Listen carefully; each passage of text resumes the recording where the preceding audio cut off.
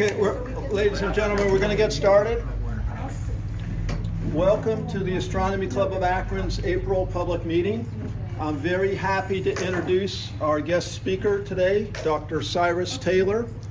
Dr. Taylor is the Albert Michelson Chair of Physics at Case Western University. He is a string theorist.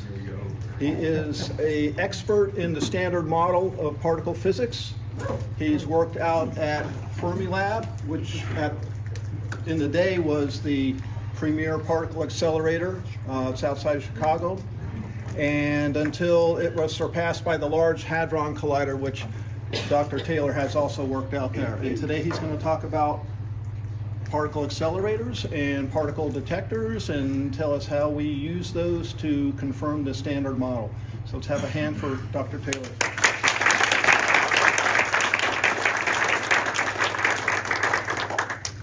Yeah. Oops. Turn this on. Okay. Is that good? Too loud? That's fine. Okay, great. It's too loud. A little too loud. I'll adjust it back here. Okay. Too much reverb there.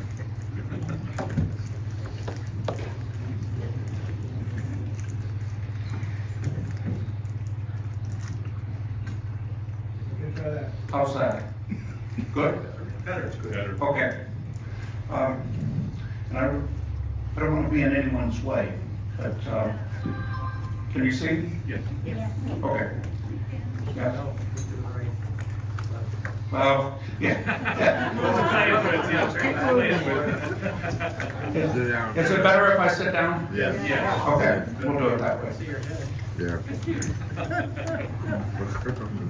Okay, so it's a pleasure to be here. The introduction was accurate, but it actually represents different phases of my career. I started off doing quantum field theory, then string theory, then got frustrated with that and overcompensated and proposed an experiment at the Fermilab Tevatron, which miraculously got accepted. Yeah, that's a long story that I ask questions at the end. I'll be happy to talk. Had a dream detector for the superconducting super collider, but that got killed. So then I took the idea to CERN, to the Large Hadron Collider. We got further that time, but that was turned down as a first-generation experiment, so we stripped it down to sort of the minimum that could go after some of the physics, and so I'm still a member of the Totem collaboration, although I've been phasing my work out on that in recent years. And then what you didn't mention was the 12-and-a-half-year detour I spent as Dean of the College of Arts and Sciences at Case Western Reserve. I'm sorry? Yeah. Yeah. Yeah, if people ask questions along the way, I always scan the audience and try and make sure that I'm connecting, and if not, at the end, we'll try and have time for questions. Ron came across videos of a couple of talks I've given, I guess, over the course of the last 15 years or so, and went through all of them and sent me sort of a wish list for what he'd like me to do today. And so this is my attempt to sort of get the talk optimized for his goals. So I'm going to talk a little bit about the standard model of particle physics overall, and along the way talk about Feynman diagrams and what they actually mean mathematically, but also how they can help you visualize what you actually see in detectors. Then in terms of checking it, I'm going to talk a little bit about particle accelerators, particle detectors, the very large apparati that have to be built to go after this kinds of physics. And most of it I'm going to put in the context of the discovery of the Higgs boson, sort of the last piece of the standard model to be discovered, and in some senses the most mysterious. It's responsible for giving rise to the mass of the other particles. And so, with that as an agenda, let me start with just a couple of visuals. So this is the paper that Peter Higgs wrote in 1964 that won him the Nobel Prize. It's a page and a half long. We're not going to go through the equations, but it's actually simple enough that we typically teach it, I typically teach it in my advanced undergraduate electromagnetism course. And so,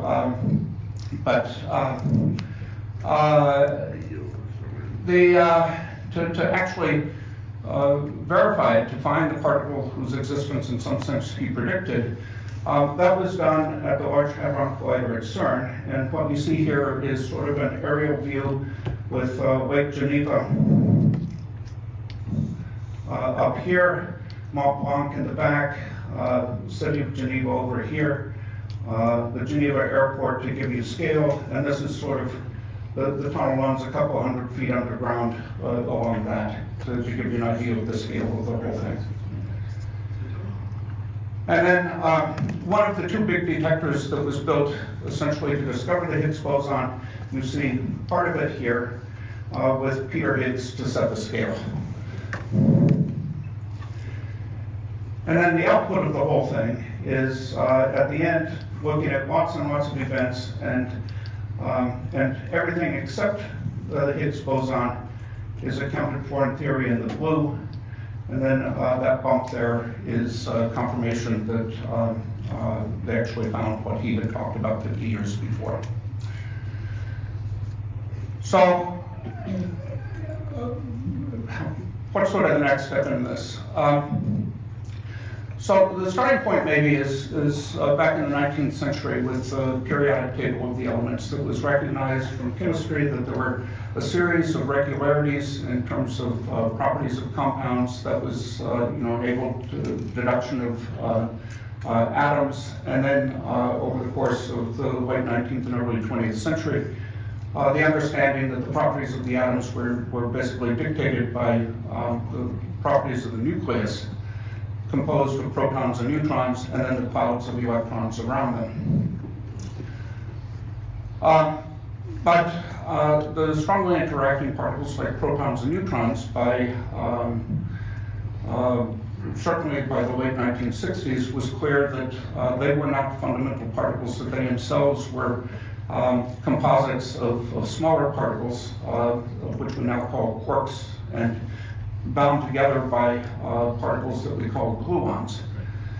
And so the picture that emerged actually rather quickly in the late 1960s and early 1970s was sort of a modern periodic table. Although at the time that the model was written down, most of the entries here did not yet exist. Most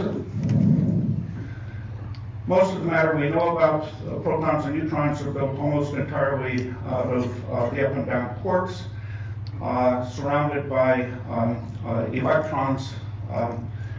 This row here are the neutrinos. So basically, what was uncovered in the course of 70s, 80s, 90s was that there's sort of like three generations that are very, very similar in the same sense that sections of the periodic table are similar.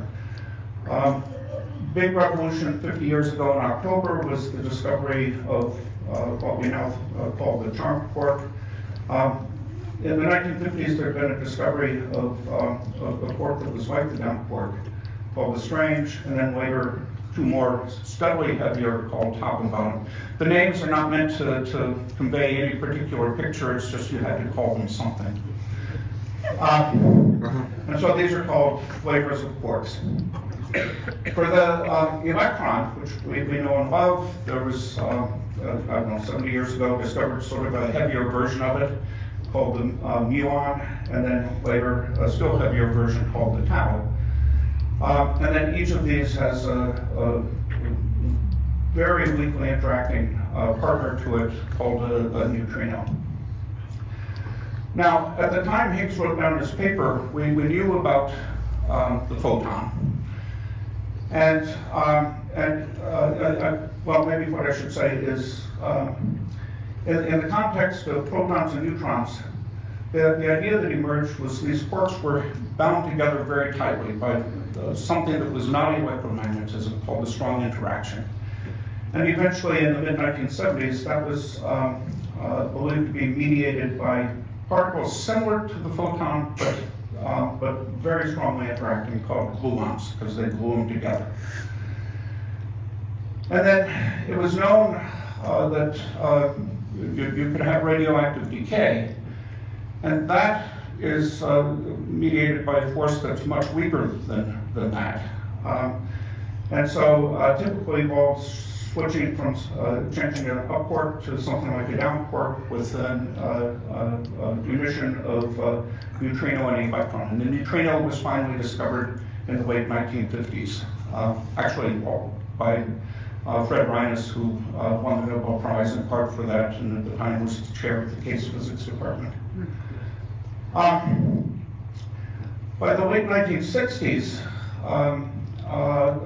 in fact, it was late 1967, a great physicist named Steve Weinberg wrote down a model that built on Higgs' work and that basically explained the weak interactions, but had to introduce some new particles which had not been seen.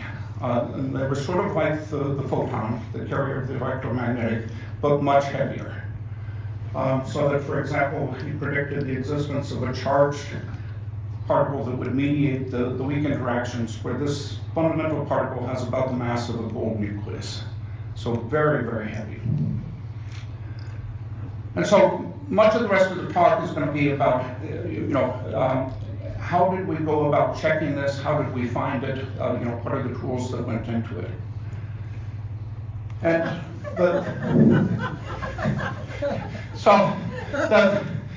it took decades to work out the mathematics, a self-consistent mathematical model of it.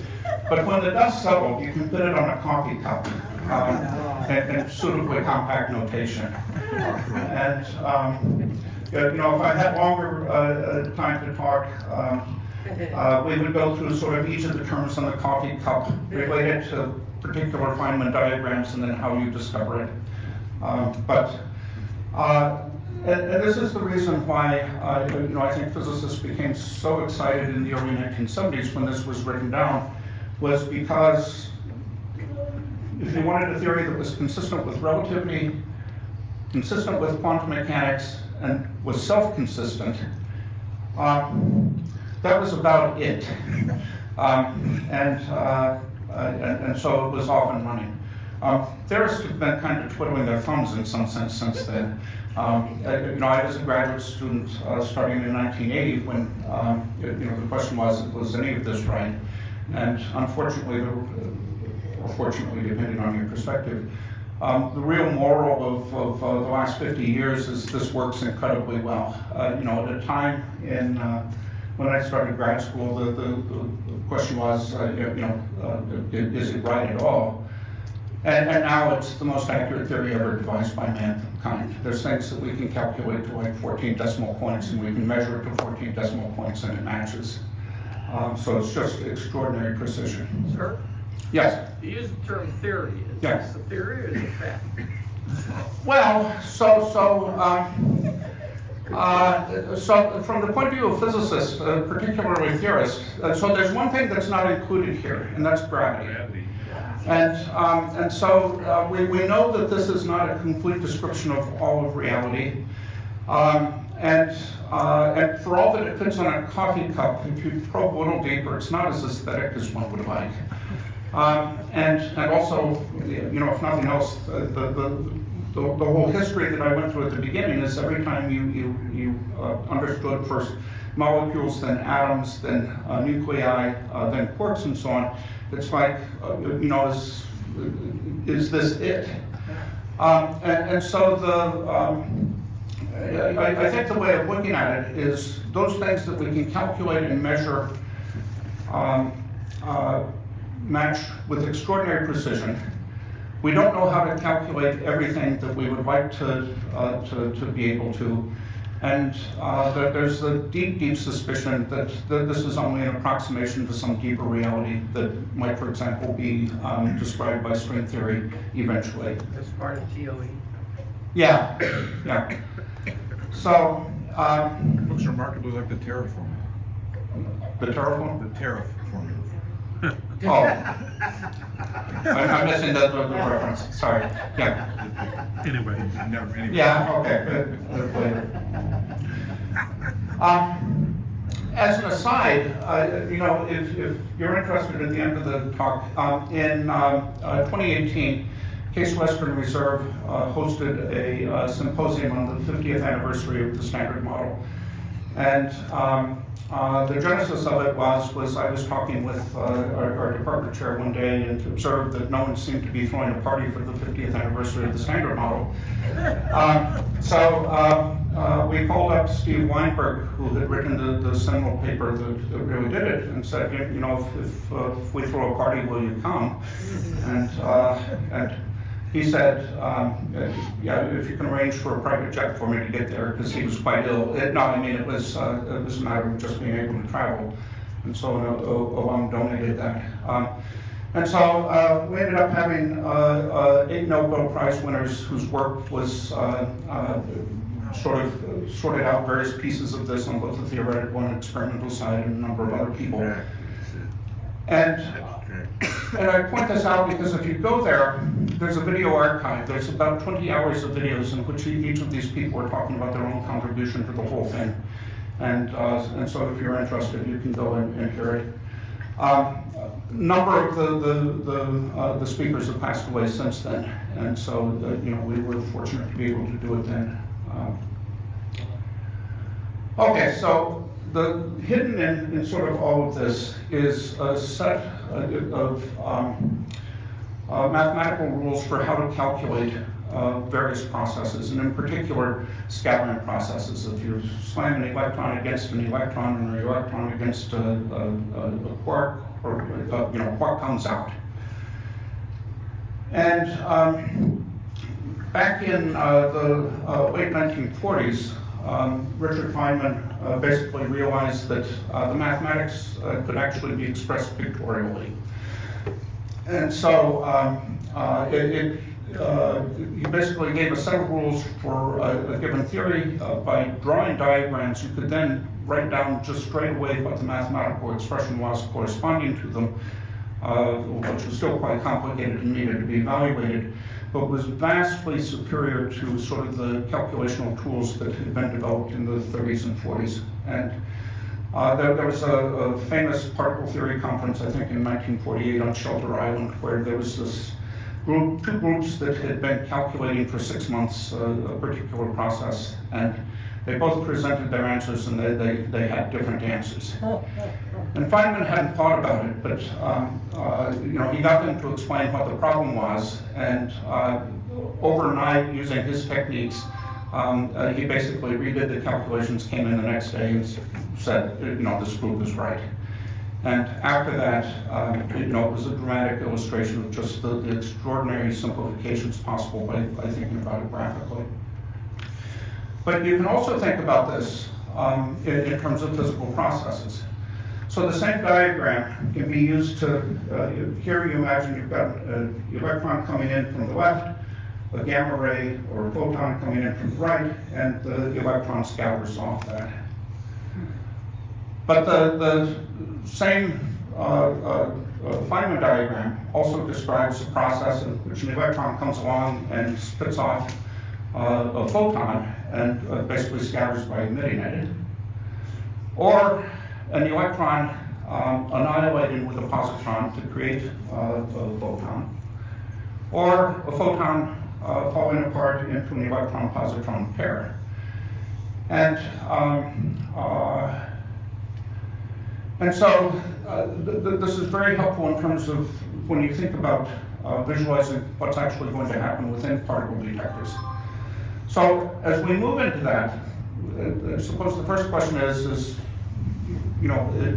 how experimentally, if you detect a particle, first of all, how do you detect the particle? And then how do you determine what its charge is, what its momentum or energy is? And you know, if you want to tell the charge, you've got sort of two things that you can easily manipulate. Easily is maybe in quotes. One, you know, if you've got an electric field, an electron is going to move in one direction, say in between parallel plate capacitor, and a positron would move in the other.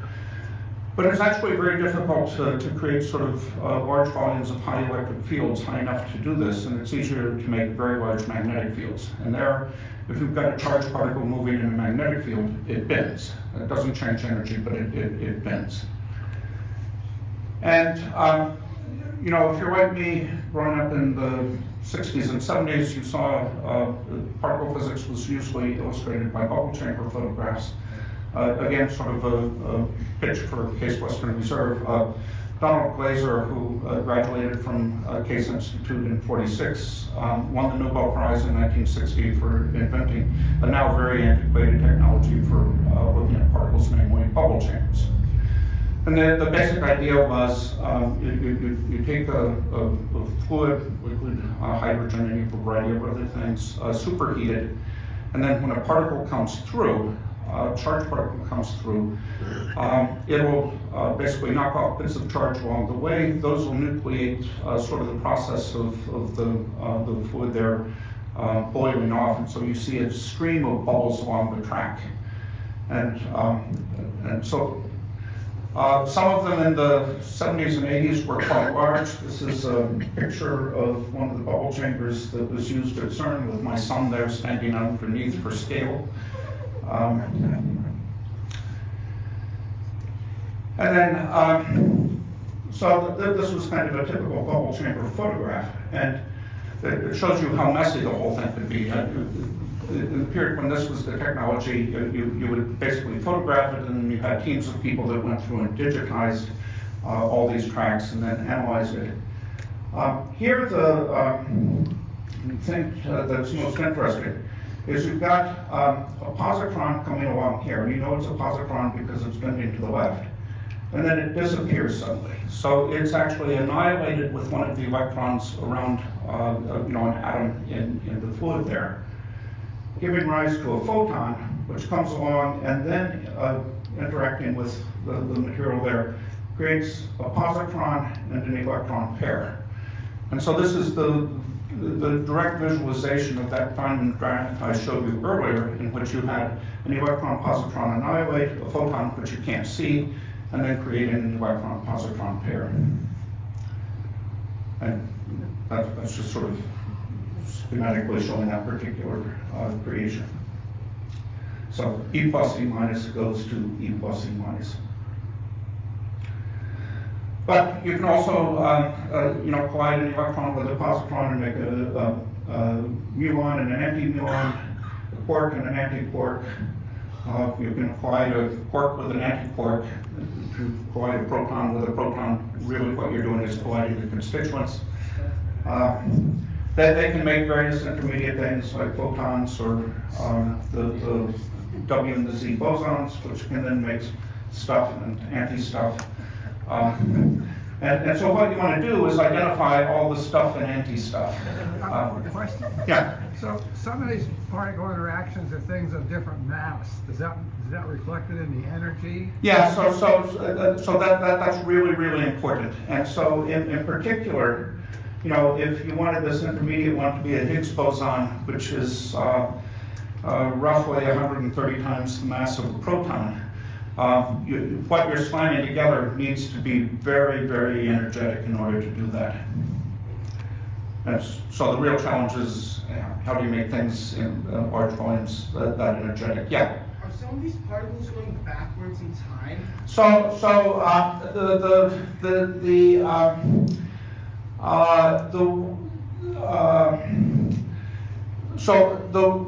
The causal way to think about it is that you have particles and antiparticles moving forward in time, but it's sort of a mathematical trick. It's a very close approximation. Well, you can essentially think of the antiparticles as particles moving backwards in time. The actual, if you want to look at the causal structure, the right way to think about it is particles and antiparticles moving forward in time. But it turns out to be enormously labor saving to use this trick and reinterpret the antiparticles as particles moving backwards in time.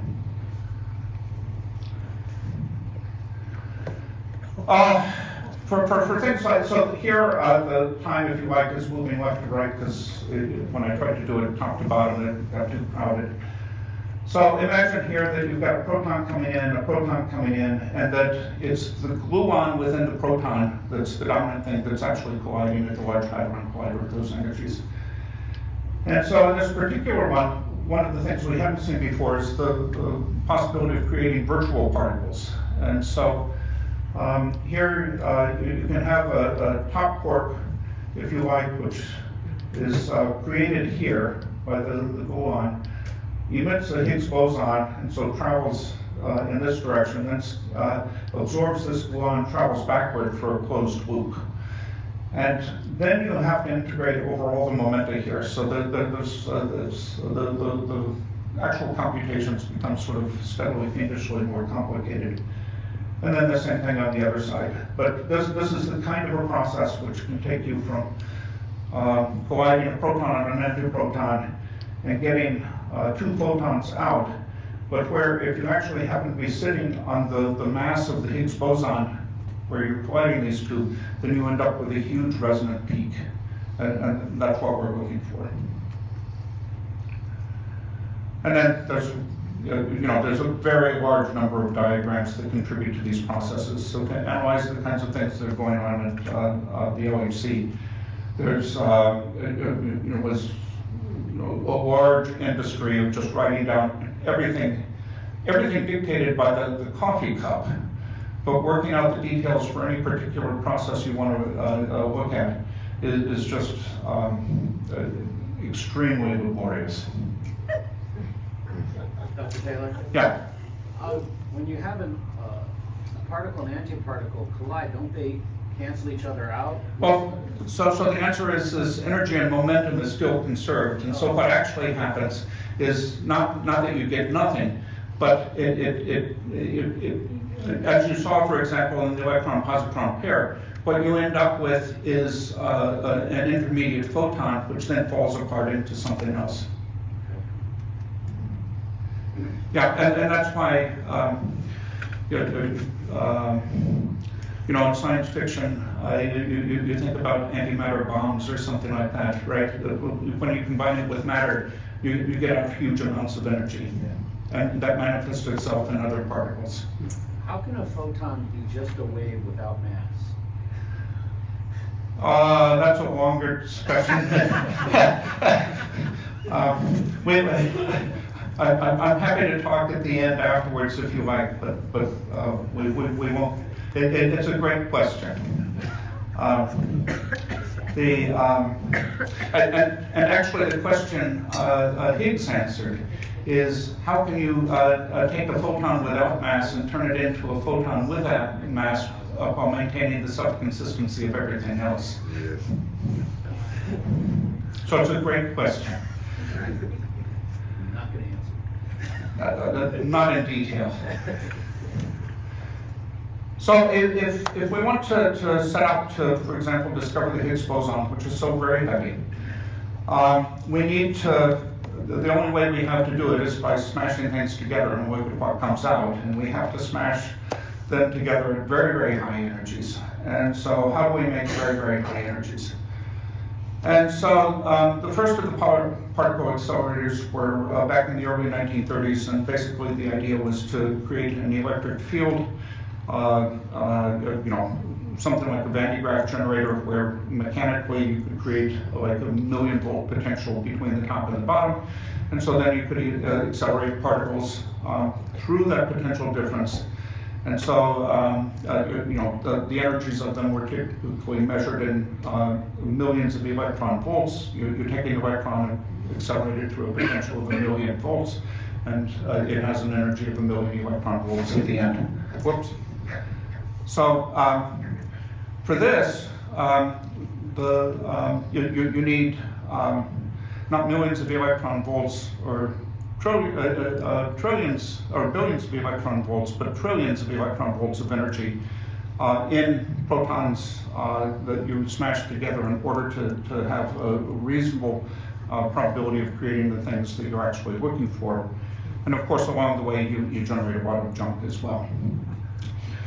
So the earliest ones just had this potential difference, but it gets very hard to build, to go beyond sort of what you can do with something like a Van de Graaff with that. You could put them end to end, and that's roughly what Stanford did with the linear accelerator that they ran for a couple of decades. But if you really want to do it, you want to send the same particle through the same accelerating potential over and over again.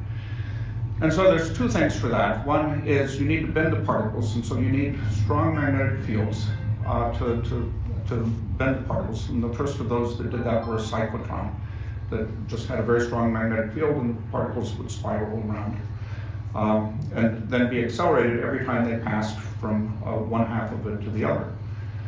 And then you need to each time the particles are coming along, first have them be attracted to a plate, and then as they pass, switch the polarity of it and repel it. And that basically tells you that you need to be driving the whole thing at radio frequency.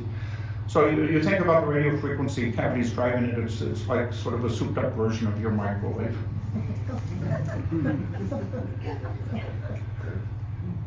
So, when they were setting out to design first the electron-positron collider and then the Large Hadron Collider at CERN, the question was to get to the energies they wanted to with magnets that they thought they could build, very high intensity magnets. How big did you need the circle to be that they're going around? And the answer is the CERN tunnel is about 17 miles in circumference. And in first approximation, it is superconducting dipole magnets all along the way, which are at not quite 9 teslas, so more than 3 times as intense as the biggest of the magnets used for MRI, for example, which is maybe the magnets people have, the very high field magnets people have greatest familiarity with. And they have to be cooled down to liquid helium temperatures to work, and so the cryogenics infrastructure, the vacuum infrastructure, the RF infrastructure is extraordinary. And the whole thing is extremely sensitive. You can actually see a shift in the frequency when the high-speed French train, the TGV, goes by. So what I showed you was the surface. The tunnel is actually underground. How far it's underground depends on where it is because of the mountains in the region. And then at several locations around the ring, you have sort of big caverns that have been excavated out that large detectors have been put in. And there's actually 2 others. One that's used to dump the beams when you're finished with them, and another one that is used for injecting. And part of the reason for doing it at CERN is because CERN has been operating since the 1950s. And every time they build a new accelerator, they use the previous accelerator to inject into it so that they don't have to build all that infrastructure again. And so the proton synchrotron, which is an old one, injects ultimately into the super proton synchrotron, which then injects into the Large Hadron Collider. Proposals for the SSC that, except for the one that would have been in Illinois, they would have had to rebuild all that infrastructure just to get in. So it's part of what gave CERN an advantage on it. This is sort of a view in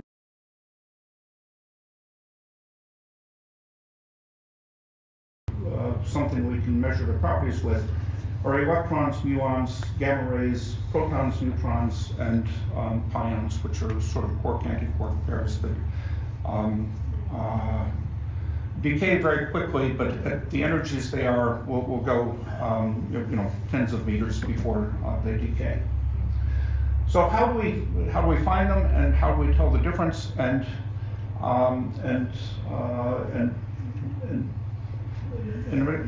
the answer to that really tells you why the detector that Peter Higgs was in front of has to be so big. And so I want to walk you through that. So this again is another view of sort of the CMS detector. This is when it was under construction. I mean, when they finished, they moved the left part into the right part so that it's hermetically sealed. So this is a cross-section of it, and in the interior, the collisions take place down here, and immediately around it, there's sort of this beautiful solid-state charged particle detectors. And so they get quite high radiation levels, so one of the challenges is building so that they can withstand it. But as a charged particle traverses one of the planes of the detectors, it measures the location of where that particle passed through the plane with incredible precision, order of microns. Then around that is what's called an electromagnetic calorimeter.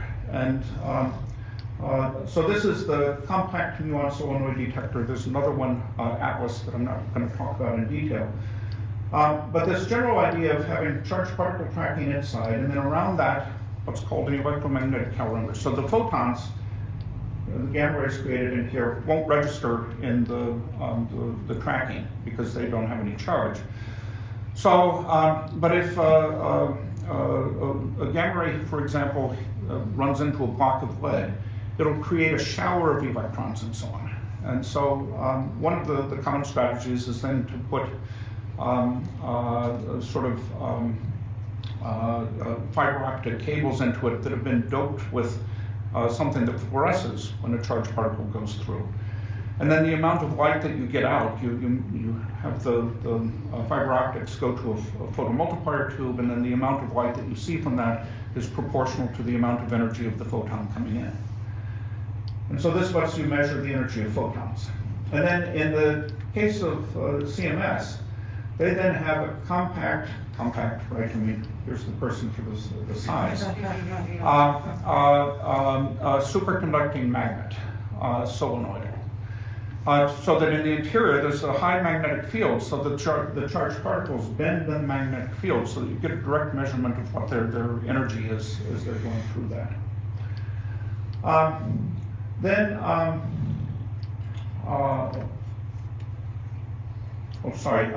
This was the bluish, there was the electromagnetic calorimeter.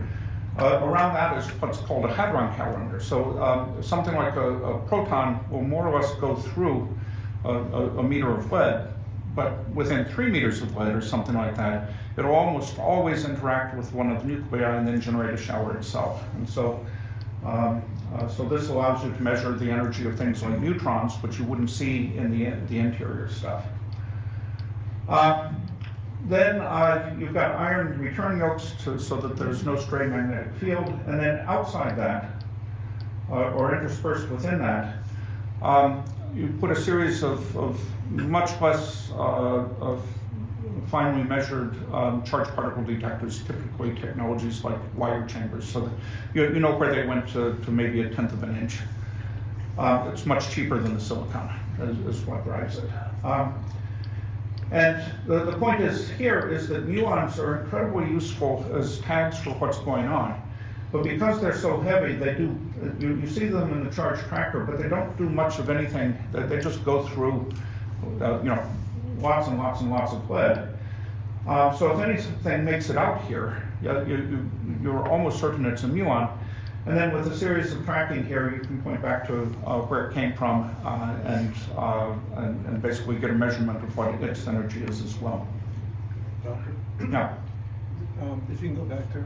Yeah. So the detector is not in a vacuum, or it is in a vacuum? So the only portion that's in a vacuum is within the internal pipe here. The There's sort of, at CMS, the collisions occur within a pipe that has beryllium walls, so that, which is, monstrous to machine because it's. Doesn't that pipe But- wall affect the particles coming out? Yeah, so the point is it's thin and beryllium interacts very little with anything. So there's a small effect, but negligible. And so everything else is outside the vacuum.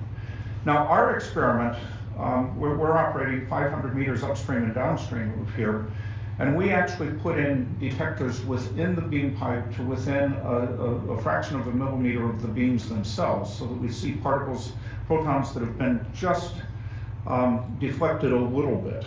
And by tagging on those, we can then go in and look at really interesting things going on in the interior. So you do put, but even there, while the detector is moving into it, the detector itself, the physical piece of it, is within a sort of a covering that not actually in vacuum. But we're moving something within the beam pipe, within, as I said, a millimeter or so of the beam. If you make a mistake on that, it's a disaster, right? If you put it too far in, which happened once at Fermilab with an experiment, right? You sort of end up melting a hole in the beam pipe, and the whole thing loses vacuum, and it's everyone gets very angry about you because it takes quite a while to repair the damage. Yeah, so this is a cross section. Silicon tracker, electromagnetic calorimeter, sort of schematically the photomultiplier tubes for that, the hadron calorimeter, the superconducting solenoid, the red are the return wheels, and then the muon chambers in between. And now I want to show you how these work. And we'll go through each in turn. First I want to show you what they actually look like. So this is the inner silicon barrel tracker while it was being installed. And you see the, layers and layers and layers of the very thin silicon that has to be quite radiation. I'm sorry? What are all the? It's silicon, yeah. I see. Silicon with as little mass to hold it in place as possible. The electromagnetic, they opted for sort of a material that the entire material for us is when charged particles go through, called lead tungstenate. Tungsten, I think I left out an S there. And so this is extremely high precision, and but also came with quite a budget. And then you see the electronics out behind it to actually read what's the intensity of the shower that was created there. Then the hadron calorimeter. So what are we trying to do, double bomb or what? What's the point of this whole exercise? Oh, well, I'll show you in just a second. Yeah, superconducting solenoid to provide a magnetic field. And then that's installing the muon chambers. So, what's the point? So a muon,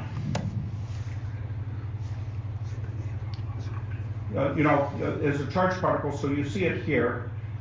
It more or less just goes through everything else, and then way out in the muon chambers, you have much coarser resolution than you have here, but you see what the crack is, and so you can identify, what its energy is.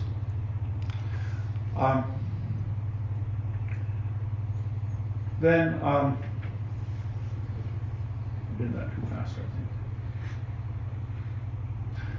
Oh, maybe not.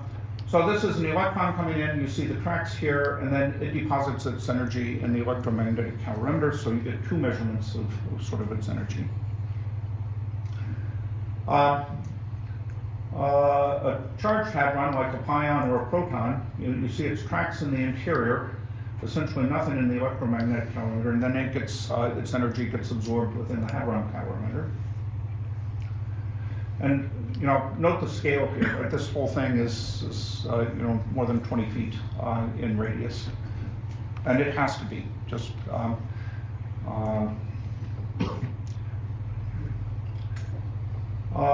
this is an example of neutral hadron. You don't see anything here, you don't see anything here, you see a lot of energy here. So you know it didn't have any charge, but you get a measurement of the energy. And this is segmented enough that you get some idea of what the directionality of it is. And then a photon, a gamma ray, has no charge tracks. You see energy in the electromagnetic calendar, and then you don't see anything else.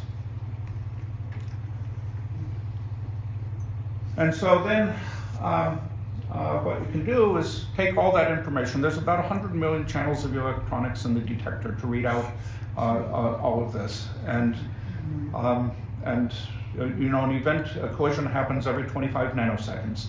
So the data rate is extraordinary.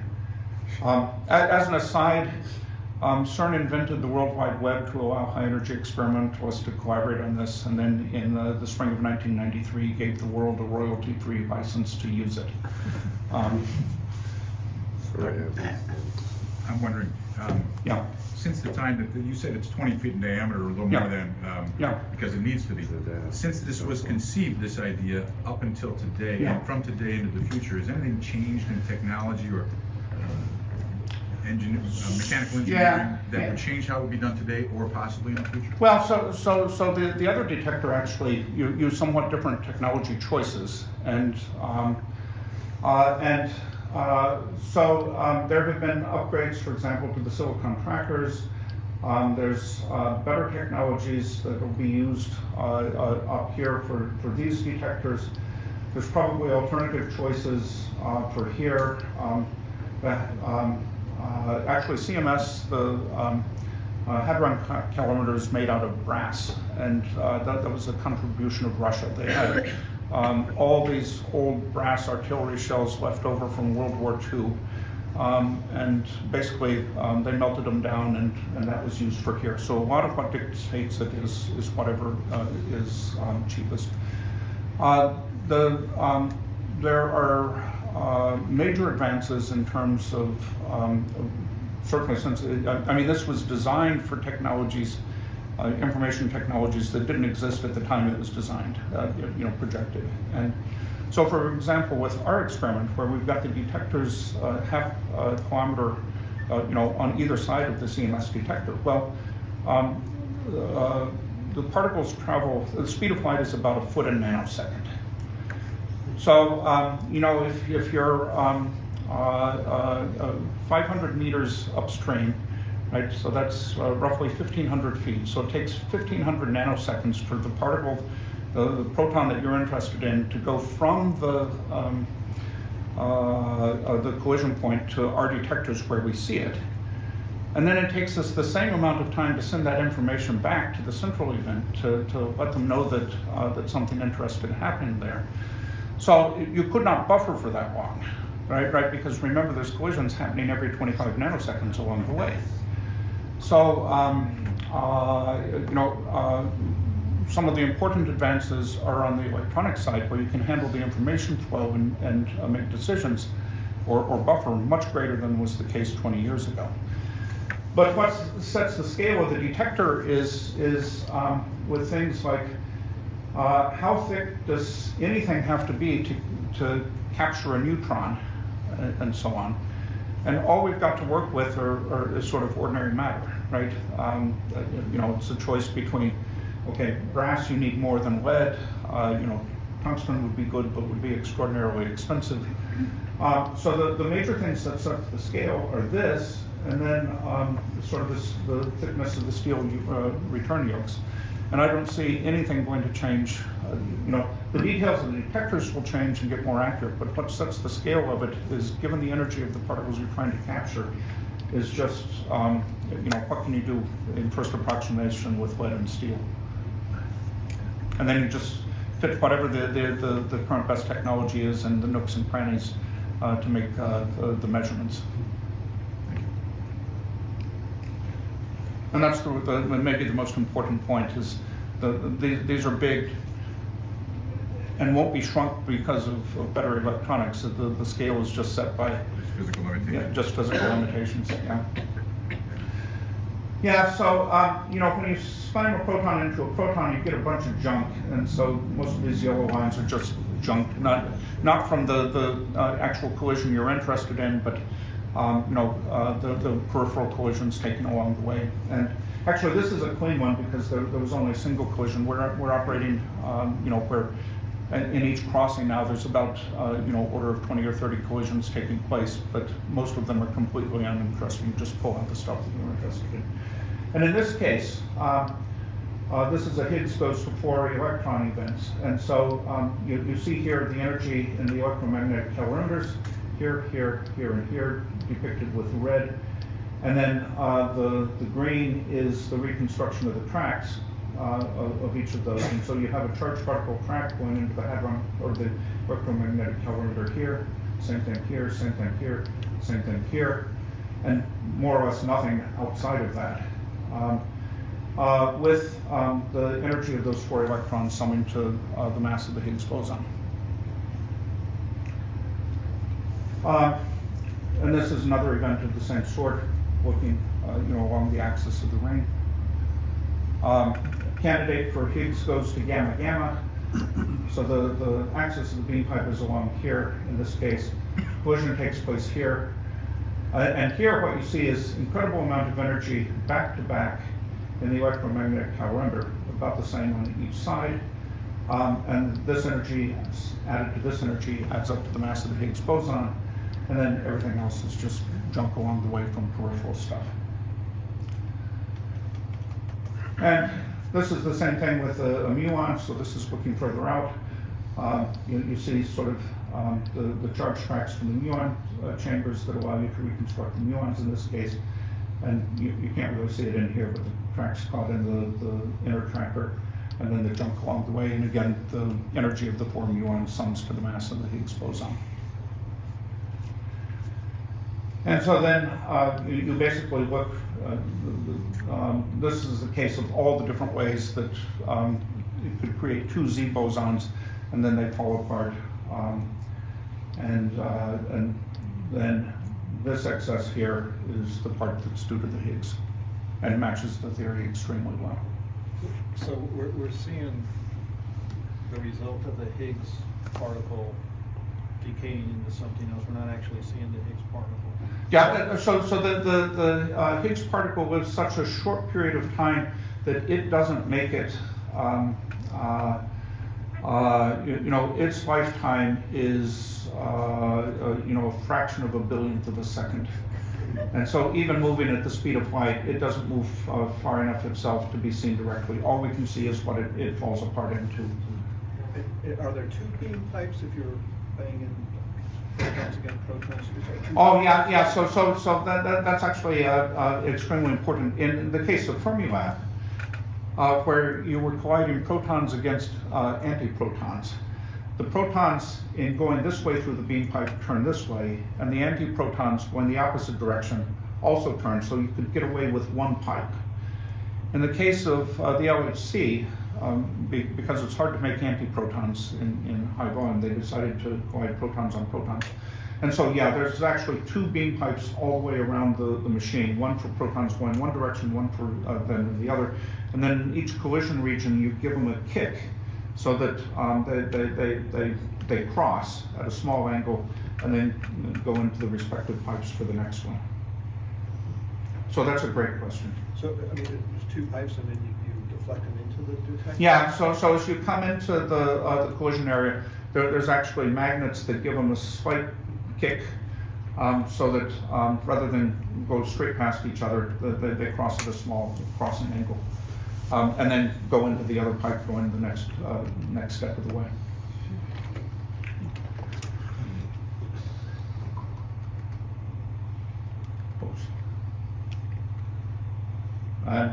So this is one of the results from one of the other detectors, the other big detector. So the other thing with particle physicists, because these things are so delicate, so complicated, Each of these collaborations involves, you see the magnitude of it. There's specialists on every sort of subsystem along the way, so that the papers announcing the discovery had roughly 4,000 co-authors each.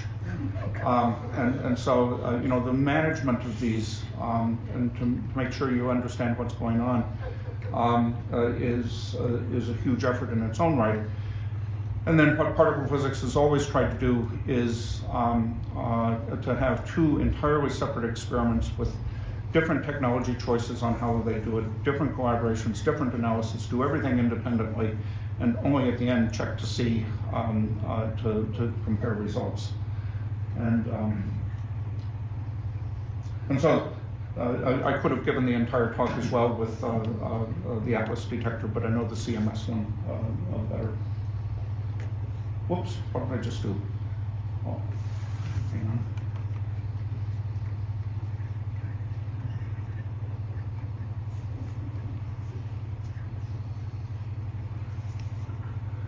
So, yeah. Let me do this. So Peter Higgs died last year. Oh. Is this going to work?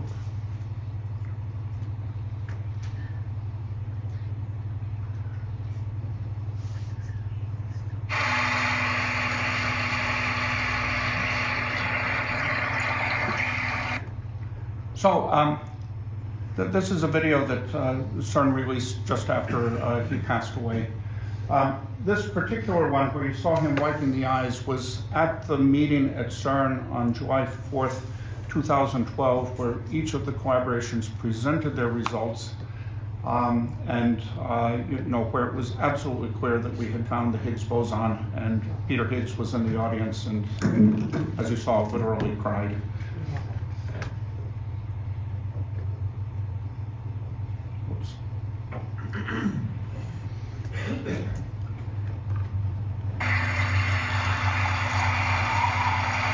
I would like to add my congratulations to everybody involved in this tremendous achievement.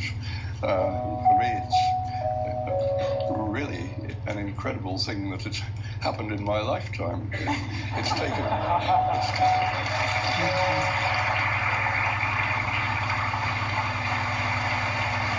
We have a discovery.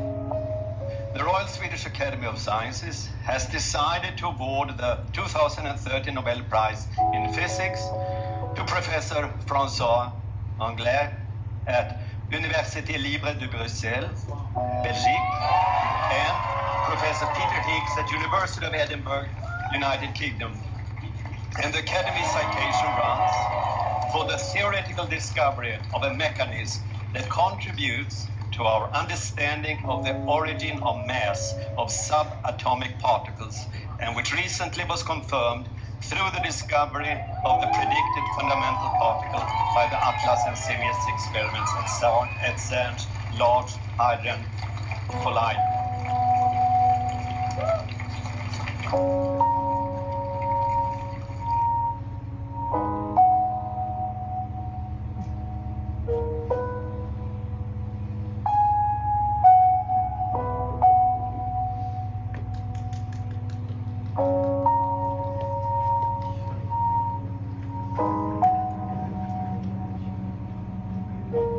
So the $64 question is...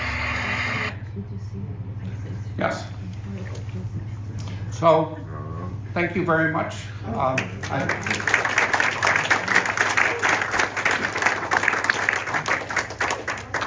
Question? Yeah.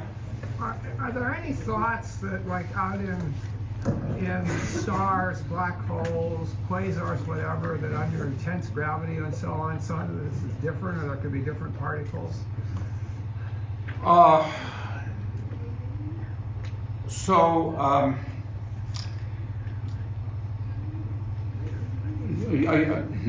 There's a whole bunch of different directions I could say that are at least somewhat related to your question.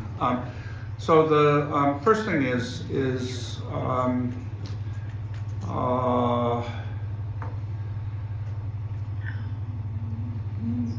maybe I'd put it this way. One of the deep mysteries of the universe is why does everything we seem to see, why does matter seem to overwhelmingly dominate as opposed to antimatter?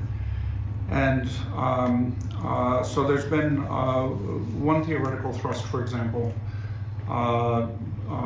led by Sam King, who was a Nobel laureate for discovery of the charm meson back in the 70s, but who is actually still active as a physicist, and over the last 20 years spearheaded putting a satellite in orbit with a superconducting solenoid to look at spectra of very high energy, highest energy cosmic rays you could see in something that size, to try and look for hints of exotics there, and there's nothing that's turned up. There's been another major effort at building, essentially thinking of using the atmosphere as sort of a large calorimeter. High energy cosmic ray comes in, it showers, you capture the light and muons from it, and try and study the properties of that. I think the main thing that that's probably useful for is trying to probe where do these very high energy cosmic rays come from. There have been times before that when some of the similar experiments on mountaintops using photographic emulsions looked like there were things that were anomalous going on that might be hints of not necessarily new particles, but new phases of matter associated with it. As the experimental techniques have gotten better, those seem to have gone away. There are theoretical speculations. The standard model is what it is, but we can't calculate everything. So that, for example, it's very, very hard to calculate what the mass of the proton or mass of the neutron is. The way to do that is basically, put the whole problem on a grid and do the quantum mechanics as sort of a finite element approximation. And it's getting to the point now that some of those calculations are actually useful in interpreting experimental results. But the question is if you put ordinary matter in exotic environments, very high pressure, for example, neutron stars, whether the knowledge of some of the parameters and the effective theories are imperfectly known, so that the question is could you, for example, have a situation in which, rather than almost everything in the matter of some very compact, not black hole, but more the neutron star, be an exotic state of hadronic matter in which it's about a third strange quarks. And I haven't looked at the status of that in a couple of years, but it's an idea that has come and gone for quite a while. And I think there's probably other things to say as well, but that gives you some of the flavor. Yeah. Just a general question: what practical application is all this? That's my question. Yeah. So Inventions, technology. So I've got. Capacitor. Yeah. I'm sorry. Is that how the flux capacitor? Yeah. So I would put it in sort of a historical time frame, right when Maxwell wrote down his equations that describe electromagnetism. It was thought to be largely theoretical, and it was several decades before there was direct experimental confirmation, several decades more before we began to see practical applications like radio. The discovery of the weak nuclear force effectively was, at the end of the 19th century, and the practical applications followed. About 50 years later with the atomic reactor and the atomic bomb. It may well be that there's never any practical applications of this. Some of the work I've done has been on speculations about what sometimes is called vacuum engineering, can you actually manipulate some of the bulk properties to do interesting things? So far, that looks to be really, really hard. I mean, the work I'd done on it was before we knew some of the parameters as well as we do now. The biggest practical application that came out of it so far is, in fact, the World Wide Web. As they were in the late 1980s, as I argued, right, the size of this is dictated by the energies you need to get to be able to see it, and the size of the detectors is determined by,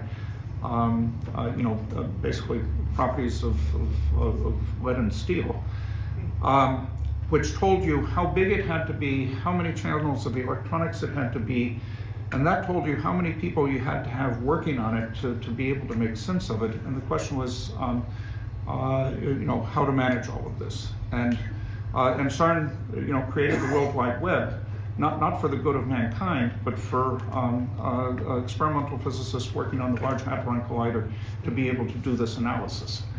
And then they decided to just give it to the world, for better or worse. Question. Yeah.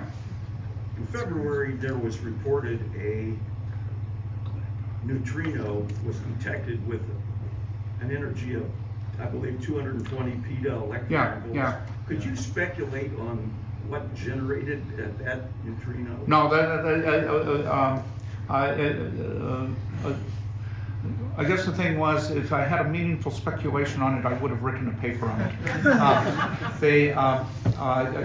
Right. This is one of the things coming out of the kinds of experiments I was talking about before, and thanks for bringing up that specific example. Yeah, at the moment,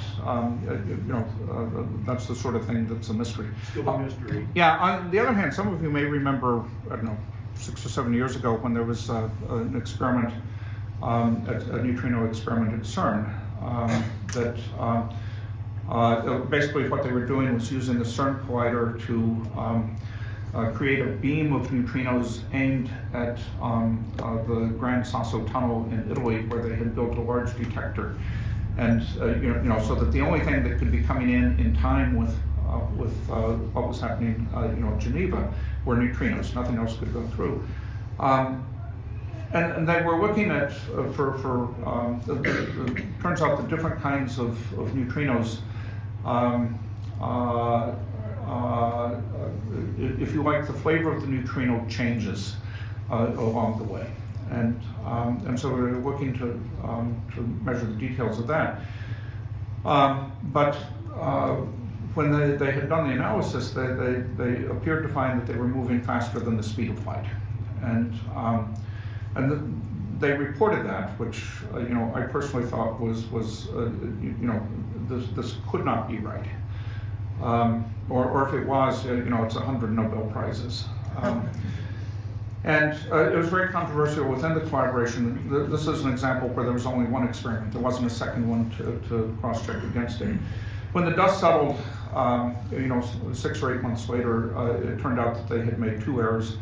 One was, I think, an error in code on the GPS, and the other one turned on a cable that had not been plugged in properly.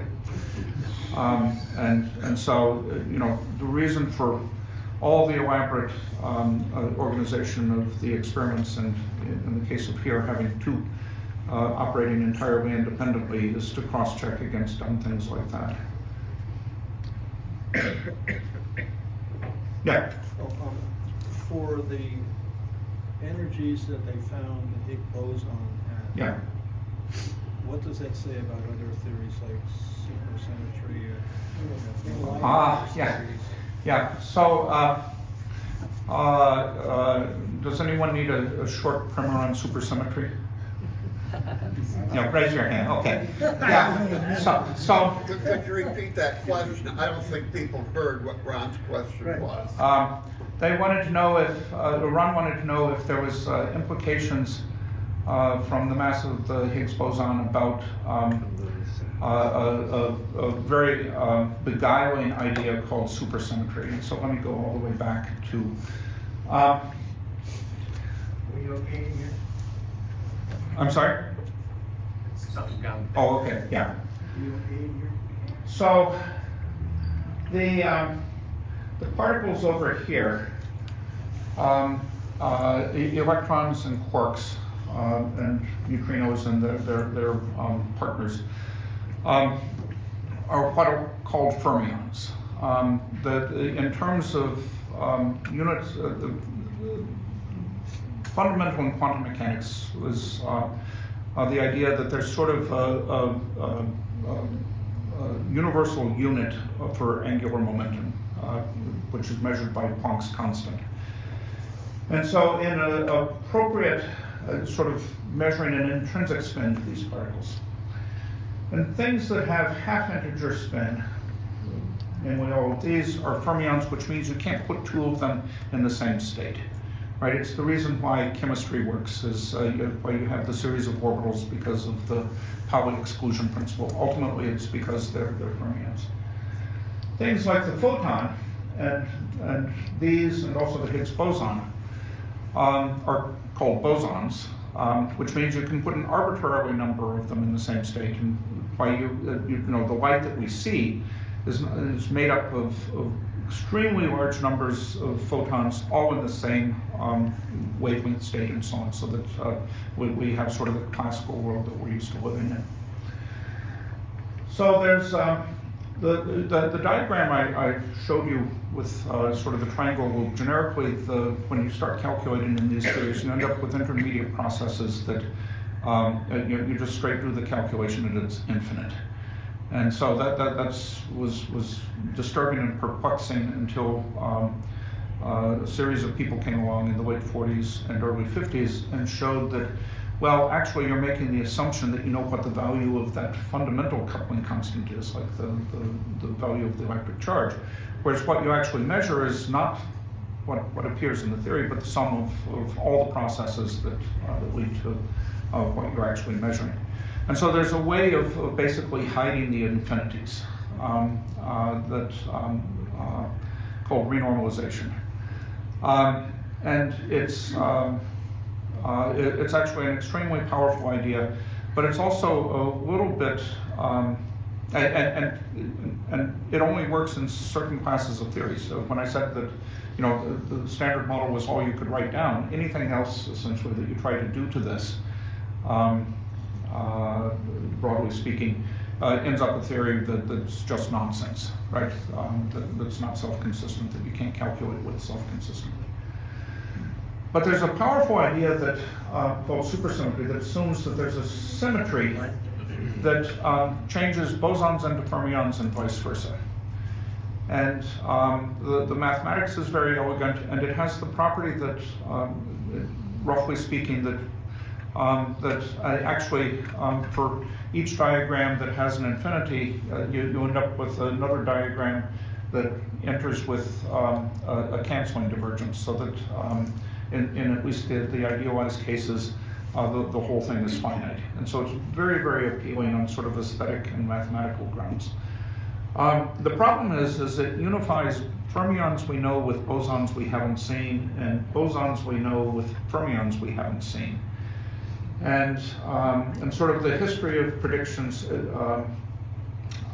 since sort of the late 1970s,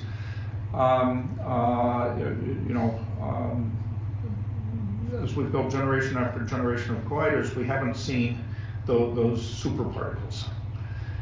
And so, right, there was a group of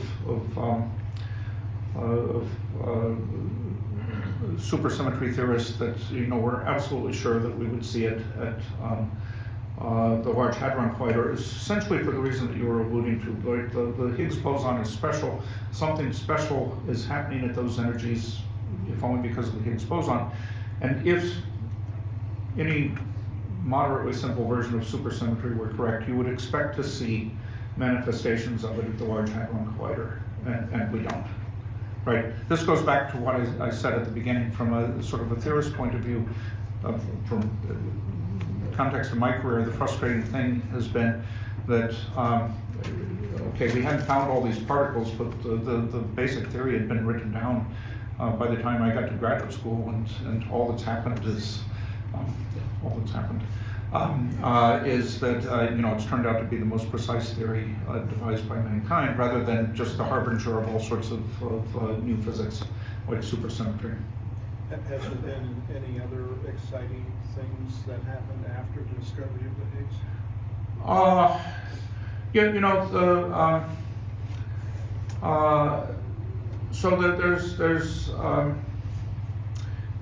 want to be cautious about how I say it. The large detectors are looking at very, very large numbers of processes. And so just from statistical fluctuations, there's always some things that will kind of tantalize in there. There's been another disappointment in some sense that's probably telling us something deep. I mentioned, I don't remember, maybe before the talk began, if you look out on cosmological scales, look at stars orbiting far out in galaxies, you look at the velocities, they don't move at the velocities you would expect them to if the matter consisted of the matter that we see. And so the most popular explanation for that is that there's dark matter that we don't directly see, and there's models for that. There have been many extensions of the standard model in the direction of supersymmetry, for example, typically provide things that would be great candidates for dark matter.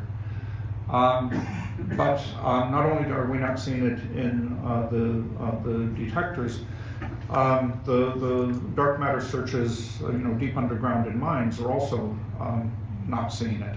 And so suggesting there's a real tension there. There's something probably maybe that we deeply don't understand.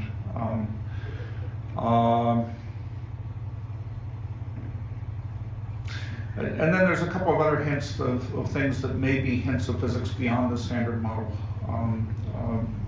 Many of them in the neutrino sector, for example, where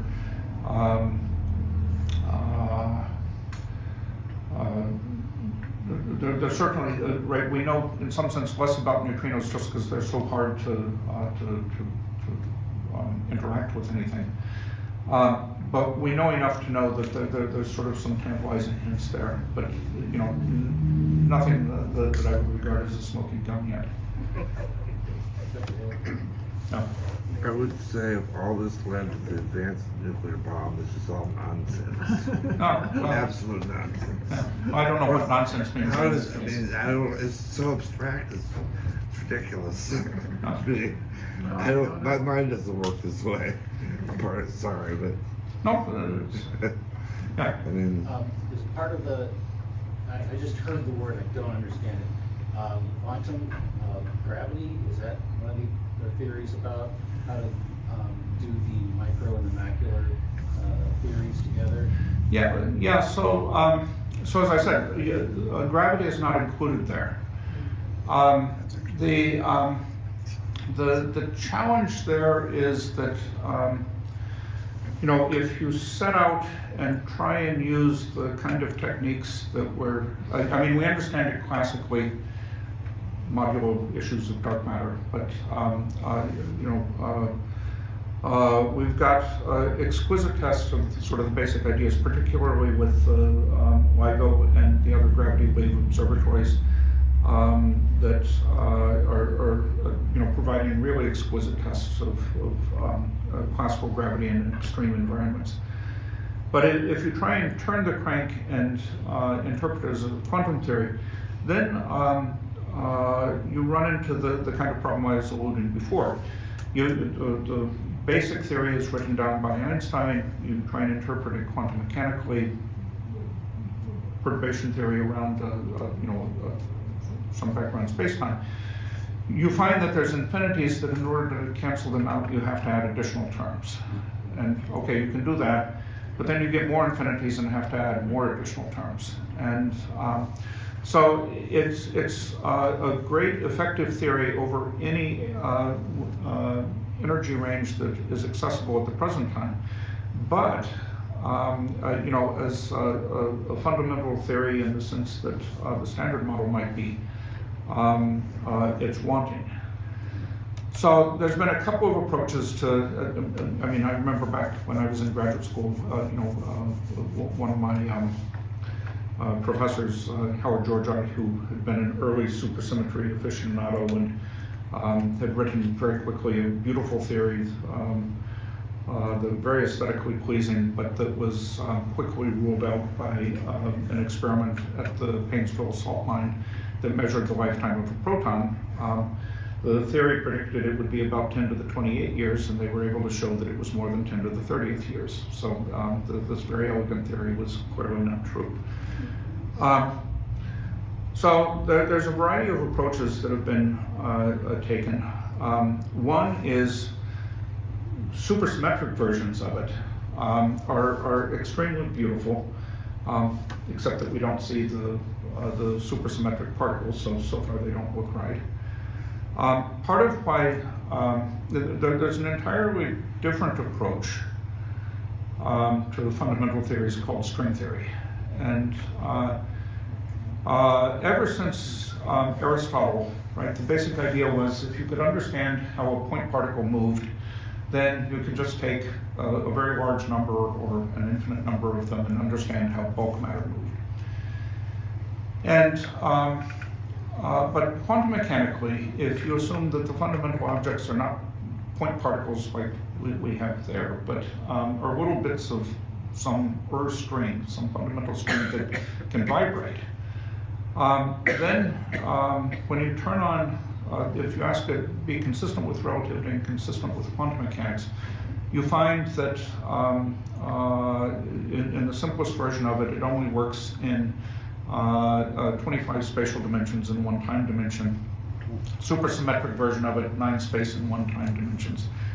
But the beguiling thing about it is that if you start with this geometric picture and just start calculating, you find that it already includes a theory of quantum gravity embedded in it, with all these corrections to Einstein, but all in a self-consistent fashion all along the way.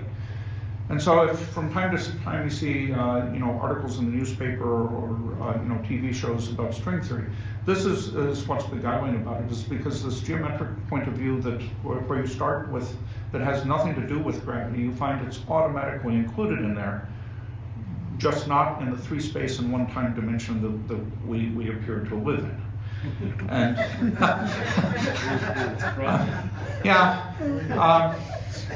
and so that I spent about 7 years of my life working on string theory, and then decided that there was too much math that needed to be invented before we could actually really build the structure of it. And so that's when I went off to Fermi. Yeah. Does string theory predict the force carrier, the graviton? Oh yeah, absolutely. Yeah, but in 10 or 26 dimensions or variations of it. Yeah. Yeah, I mean, the sociology of it is really interesting. It was created in the 1960s before the Standard Model came along, with an idea that all the particles that were being discovered in accelerators were on equal footing. And it was supposed to be a theory of the strong interactions. And the problem was that they kept having these massless spin 1 particles and massless spin 2 particles that they couldn't get to go away. And then along came the Standard Model, and it shown it was self-consistent, and everyone went and worked on that, except a very small number of people, 2 in particular, Mike Green and John Schwartz, that kind of wavered in the wilderness for a decade. But then reinterpreted it not as a theory of the strong interactions, which is what they'd been trying to do in the late 60s, but as a theory of everything. And essentially that was the first thing they pointed to as a hint of it. Yeah.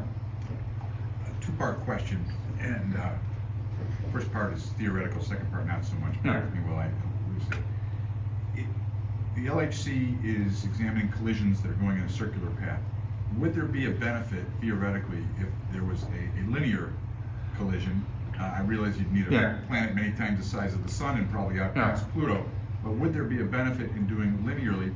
Second of all, prior to CERN, there was for a hot minute, there was a discussion, I think in Texas, in the United States, And that was, I guess, supposed to be at a much larger diameter than CERN. Yeah. Would a larger diameter be beneficial? Yeah, so the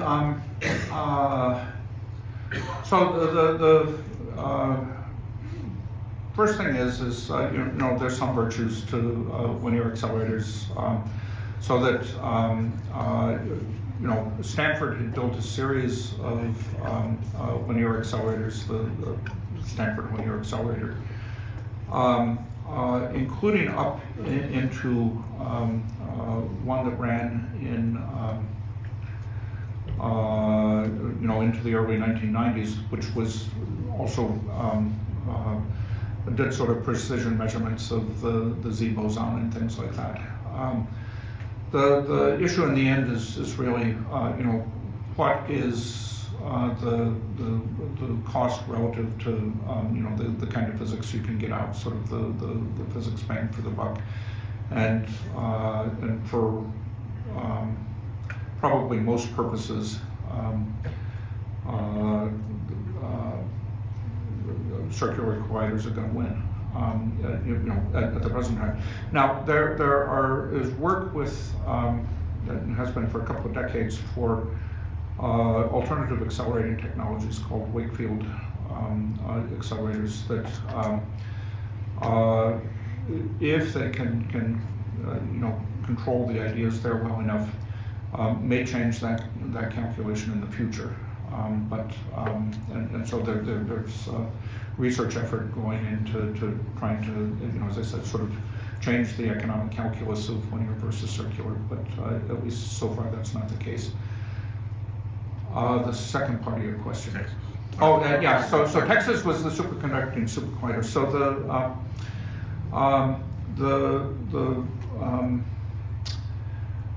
the issue there was at the time that that was being designed, well, two things. One, we had no idea where what the mass of the Higgs boson was. You know, in 1989, the experimental result from Fermilab was that it had to be at least 10 times the mass of the proton, and right, we know it's like 130. If it's more than about 1,000 times the mass of the proton, then it doesn't really make sense to think of it as a particle. And so the Texas machine was being designed for the possibility that it was anywhere up to that limit. And their assumptions on the magnets may have been a little more conservative, but that's what drove it. Would have been a higher energy machine, a much higher energy machine than the LHC was. The LHC, would that have been a big benefit had that come into existence? Let me come back to that at the moment. The LHC, they had, after discovering the W and the Z, Carlo Rubbia, who won the Nobel Prize for the discovery, became Director General of CERN, and he pushed then the creation of an electron-positron collider in a circular ring, and they dug the tunnel for that. And so that operated you know, into the early 1990s, mid-1990s, and did what turned out to be precision measurements of the Standard model. It was competing against the Stanford Linear Accelerator Center on that. But then the LHC design was basically, from a cost point of view, they wanted to use the tunnel they had already dug, so that they didn't have to dig another tunnel. And that meant two things. They needed to push the magnets to the highest energy that was plausible. And right, these are at the absolute limits of you know, sort of superconducting technologies. And then the other thing was then still to be competitive with, for example, what the SSC did.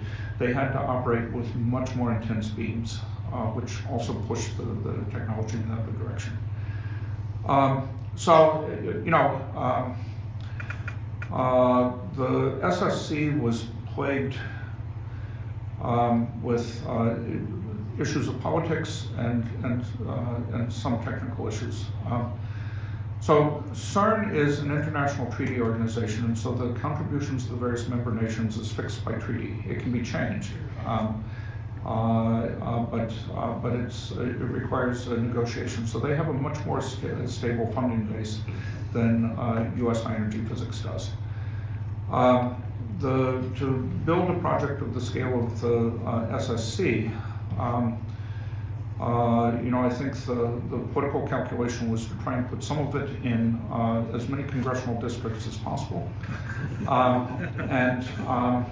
A gerrymandered LLC. It was cited in Texas at the time when our president and the Speaker of the House and so on were Texas politicians. It was affectionately known in the concrete industry as the Big Pour. It was the single largest civil construction project in the United States. And then, the U.S. always had a tradition of the particle physicists basically building the key components themselves. The magnets at Fermilab were built themselves. The SSC, for better or worse, was the Cold War ended, and the magnet contracts ended up going off to defense contractors. And then what followed after that was cost overruns akin to what you see in defense contracting. Defunding NASA. Yeah, so the project I think had been originally supposed to cost something like $4.5 billion or so, and they pulled the plug when the estimate passed $11 billion.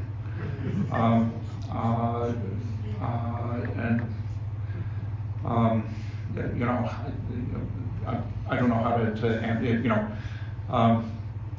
there were so many constraints on it that it's like, who knows.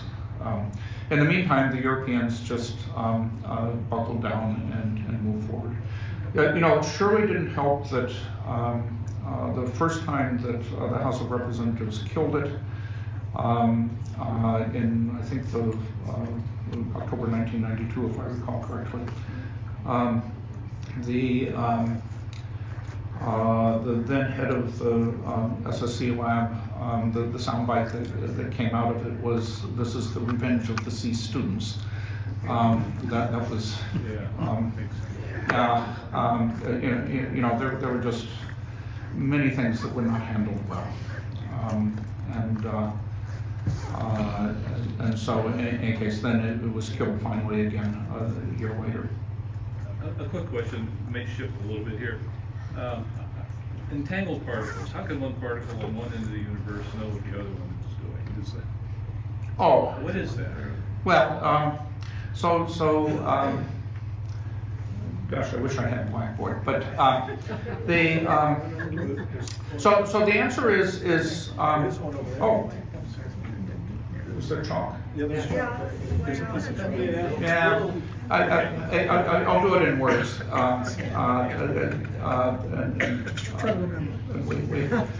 The important thing to remember is, or maybe the first thing is, you can't actually use this entanglement to send information from one point to another, right? So it's a statement about what you had to have done, right, was prepare the entangled pair at some point when they were in communication with each other. So for example, think about a simple two-photon state. So there are decays, atomic decays or nuclear decays that will you'll go from one energy level to another and emit two photons. The two photons will be going out back to back. They're entangled, right? And they're entangled because they're created together simultaneously. But then, they're moving out at the speed of light, and so it's a statement of this whole system, and it's a reflection of the fact that they were once in contact. So it's causal in that sense, oh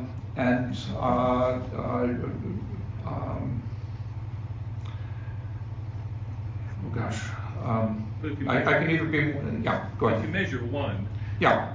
and you automatically know the other one's. You know what the other one will be. Opposite. Yeah, but because you can't force this one into a given state, you can't use it for communication. It only reflects what happened at the time they were created. But the measurement at that point in time, I mean, they're infinite in their spin, you know? Yeah. If you pick a point in that and you measure it here, the other one stops, does it? You could, if you measured them simultaneously, you could know one was the one was the other. Well, in fact, there's experiments that do exactly that, and there's a series of steadily more subtle experiments. You know, so it's like measuring the polarization of a photon, right? You can measure its polarization along this axis, or you can measure the polarization along this axis. And you know, if you measure it along this, then you know that if you measure along the same axis on the other one, exactly what the answer will be. The next level of sophistication, already beginning in the 80s, was that you set up apparatus that doesn't actually figure out which of the measurements you make until actually the photons are in flight, as sort of a delayed choice experiment.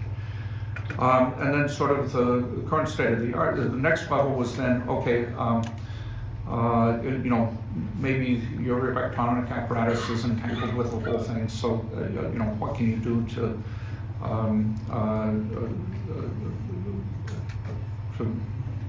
randomly select with minimal entanglement with your apparatus, and so there's some experiments going on now that basically use the cosmic microwave background radiation detection there to, and so far, right? It says something deep about the structure of the universe, but it doesn't violate causality. Yeah. I'm just curious. Yeah. Dr. Taylor, Yes. two quick questions. Did you ever do any work in the Michelson facility in Los Alamos? No.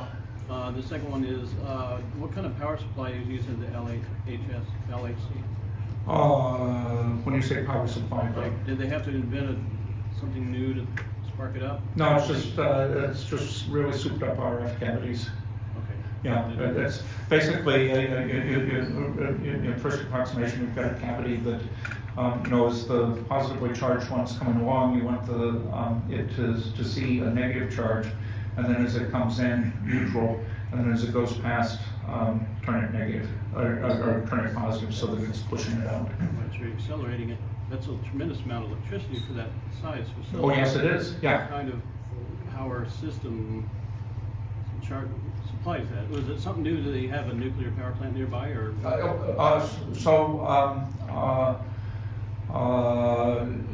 don't really know the answer to that, except that you know, I believe they get the power from the French side, where almost all of the French electrical power comes from nuclear. That's true. Yeah. Okay. Yeah. Thank you. Yeah. The other consideration is it doesn't run year round typically, because the cost of power because of sort of the fixed availability, and that gets very expensive in the winter. Yeah. Dr. Taylor, what one question would you most like to see answered before you depart your earthly domain? Oh gosh. We're all wondering. Why not? Well, I wonder about that all the time. I'll get back to you on that one. Yeah. That's why I've never prioritized them that way.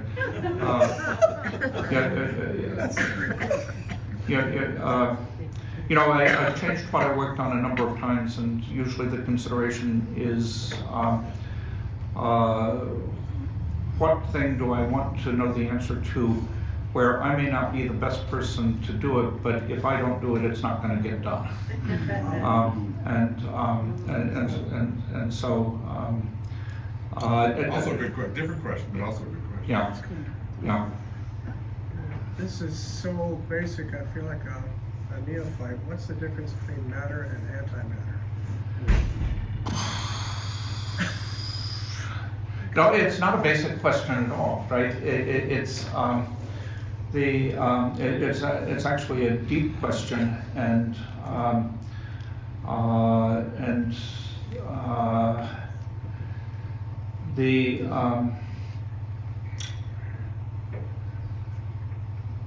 you know, it was essentially that quantum mechanics implied relativistic quantum mechanics implied the existence of such things was, I think, actually first realized by the physicist Paul Dirac, who you know, as they were trying to, in the 1920s, you know, quantum mechanics was being invented, the Schrodinger equation and things like that, and you know, relativity was becoming accepted, and so he tried to write down an equation that was both quantum mechanical and relativistic, and then to make sense of what came out, which was basically described the electron and very quickly made an accurate prediction of it, namely what the magnetic moment of the electron is. You know, sort of the, you know, if you put it through a magnetic field, how much does it bend because of its intrinsic spin? And that came out of the equation. There's corrections to it, but you know, he nailed something very quickly that no one had any idea how to do before. But to interpret the equation, he basically had to assume that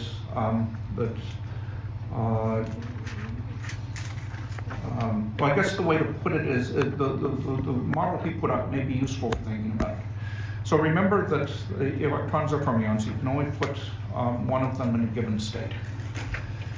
And what he found were, you know, what you might think of as negative energy solutions, and that didn't make any sense. So he said what we really see is all the negative solutions, energy solutions, are filled up, and what we call an electron is just, you know, a lone excitation on top of this infinite C. And so that's a particle. But you could also kick out one of the electrons in the infinite C, and you've got a hole there, right? And that has the opposite charge effectively, but has the same dynamics, and you put the two of them together and they annihilate. And that was the sort of the original physical picture of what antimatter was. There's a Star Trek episode. Well, I'm sure we could do this all day, but Yeah, we could. we do have other business, and Okay. I'm running out of electrons. Okay. Well, thank you all very, very much.